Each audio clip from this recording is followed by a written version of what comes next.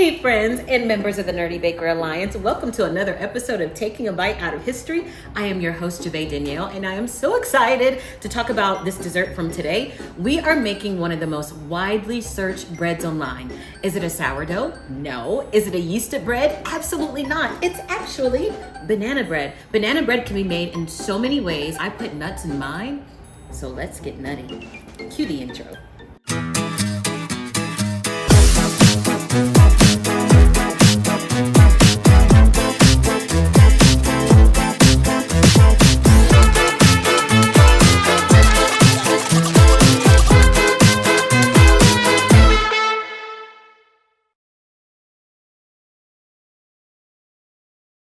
So if you take a look at the screen, you'll see everything that you need, including the amount needed for each ingredient. I do want to shout out 3 of the ingredients though. First, we're going to talk about the mashed bananas soaked in coffee. It's a thing. Try it. You'll love it. It will deepen the flavor. I also want to talk about Watkins vanilla. Watkins vanilla extract is one of the best ingredients I've ever used. It's a strong vanilla. It's quality. You'll really like it. And then if you choose to use chopped nuts, I love the Fisher brand. I'm going with chopped walnuts here, but you can add anything. You can do almonds, pecans, do what you like. Let's talk bananas in general. B-A-N-A-N-A-S. Because bananas are so fascinating as a plant in itself. So most people think that bananas are trees, but turns out they're actually like giant herbs. They can grow between 10 to 20 feet high each season. And that's pretty high, ladies and gentlemen. Now, bananas are indigenous to certain parts of the world. So we're talking India and Southwest Asia. We're also talking Northern Australia. Now, what I found interesting is that due to modern technology and all the advancements in agriculture, bananas can also be grown in California. Now, that is not when bananas were brought to the United States. We'll get there in a second, but that is one of the ways that we have access to the fruit. Now, let's go back to bananas. B-A-N-A-N-A-S. So banana blossoms actually develop into the fruit. Most people think that bananas are the fruit, but it's the banana that actually creates the fruit. And bananas aren't woodsy either. They're like overlapping leaves on top of each other. So the bark feels quite different than what it would on another tree.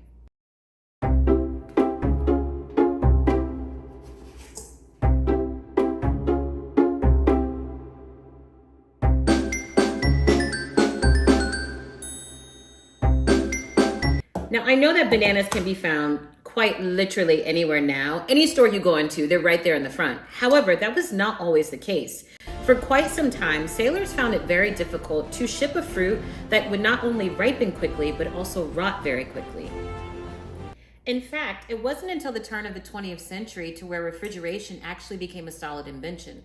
Once this happened, 2 other things happened. 1, bananas became a staple across the United States. 2, the number of recipes that included bananas increased dramatically.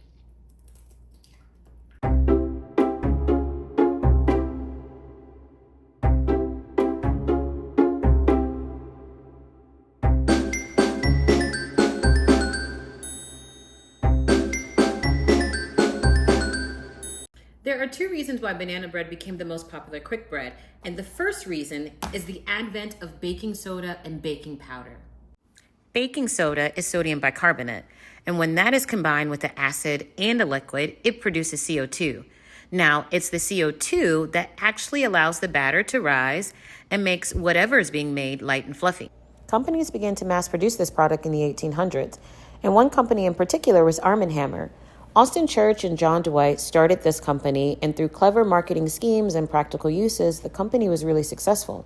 Now, they have a much more in-depth history, but I do want to point out their symbol. Vulcan was the Roman god of fire and forge. He represented integrity and quality, and that's why they chose him.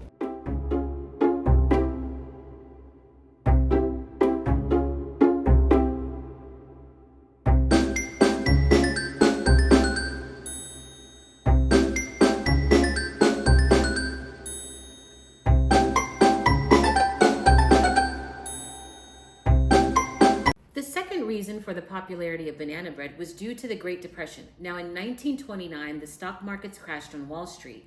At this point in time, Americans were in a tailspin because they didn't know where they were going to live, nor what they were going to eat.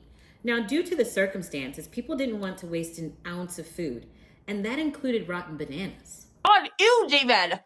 Now with this, bananas moved from just being a garnish to being the star of the plate. Who a star? Who a star? You a star. You a star. And we also saw an influx of recipes because people were using them.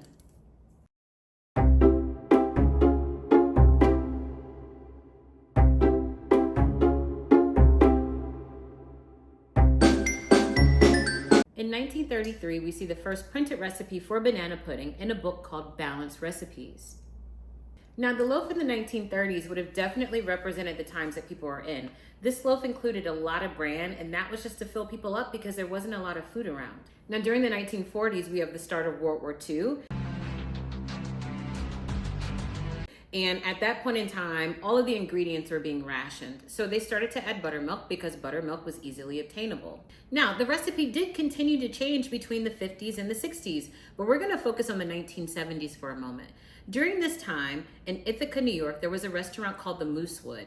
They took a sharp departure from what banana bread looked like years before. They added a few different ingredients that I really think upped the game with banana bread.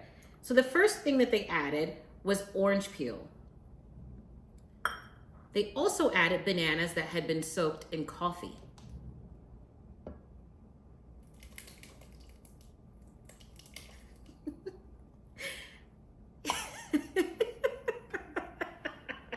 They also added in nutmeg and butter, and it really just enhanced the flavor by a lot. Essentially, they kicked it up a notch. Bam!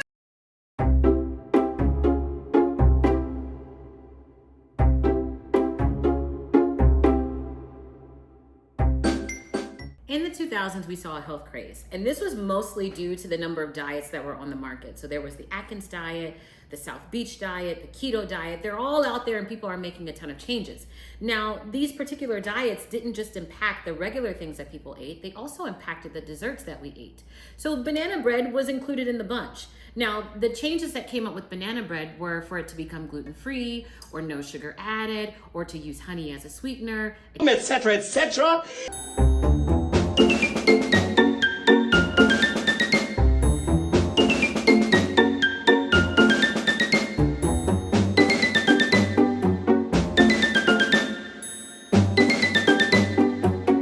Now for this loaf, I am using this sort of pan. This is a Wilton pan. I've had it for a number of years and it's always been pretty reliable. I just lined it with some parchment paper and we should be good from there. I'm just gonna pour this in here like so. And this will bake in the oven. It's on 375 fan. It'll bake for about 45 minutes. I would start to check it at 40, but I'll probably let it run until 50 minutes in. As always, whenever you're baking, stick a butter knife in it, and if the knife comes off clean, then you're done. All right, so this is just about ready for the oven. I'm gonna add one more thing to the top because I think that that will add some increased texture and make it look all nice and caramelized as it comes out the oven. And that is going to be some turbinado sugar.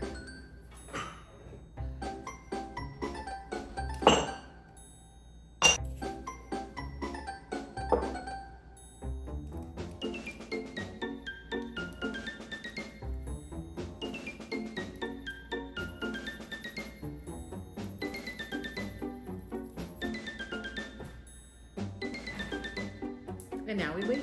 One eternity later.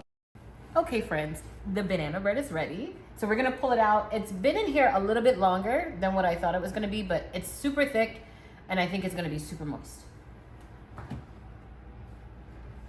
Ooh, that's hot. Man, oh man of shepherds. So this is love. So this is what makes life divine. She's done it again. This is still very warm, so I don't know what's gonna happen once I cut into it. You can always let yours cool, maybe wait an hour or so, but Ain't nobody got time for that. I'm slicing right into this. And I want a piece that's on the edge because that's gonna give me the most crust.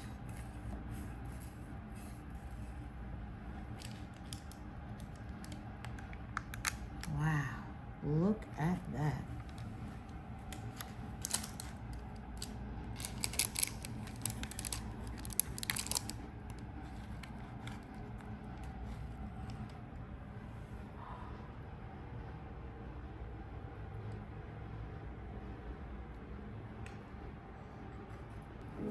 All right, now I can truly enjoy this banana bread how I normally enjoy it, which is right here on the couch. It's nice and warm, and it's time to dive right into this thing.